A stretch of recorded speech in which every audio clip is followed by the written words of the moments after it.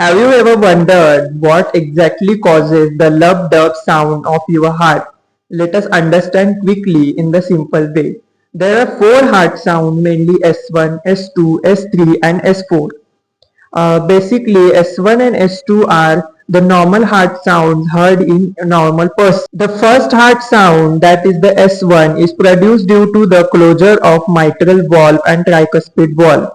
We have revised the diagram. As we revise, this is the tricuspid valve, this is the mitral valve, this is the aortic valve, and this is the pulmonary valve.